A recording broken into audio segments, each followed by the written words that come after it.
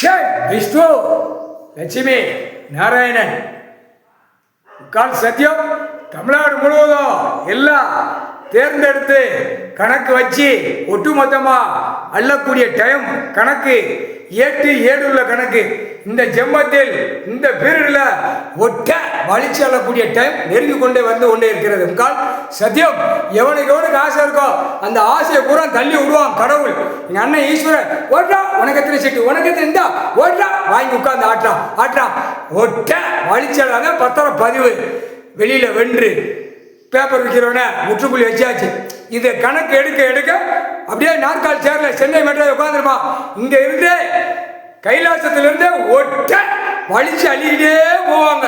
13 செயலர் 13 கம்பி உச்ச நீதிமன்றம் கணக்கு கைலாசத்தில் இராணுவ நீதிமன்ற கோர்ட்டு கணக்கு எழுதிட்டார் ஜட்ஜி ஐயா. முக்கால் சத்தியம் கணக்கு நீதிமன்ற கோர்ட்டில் புரிஞ்சுக்கோப்பா.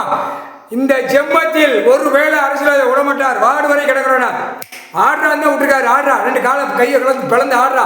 பெண்ணு ஆடு நெரிச்சு உள்ள வரையில இராணுவத்துக்கு கணக்கு அந்த நேரம் போடையில எல்லா இடமும் ஸ்டாப் பண்ணி உள்ள தூக்கி அள்ளி எறிஞ்சிடும். முக்கால் சத்தியம் இதுதான் கணக்கு. அதை வண்டி வாகனம் 4 வீலர் 2 வீலர் எல்லாமே அவன் வீட்டில் சம்மந்தப்பட்ட அது வரைக்கும் செக் பண்ணுவான். வானர் படை இராணுவ வீரர் எல்லாமே ஒட்டுமொத்தமா ஒழிச்சுவார். முக்கால் சத்தியம் புரிஞ்சுக்கப்பா. கோர்ட்ஸில் நீதிமன்ற கோர்ட்ஸில் ஜட்ஜி இன்னைக்கு கணக்கு எழுதிட்டார்.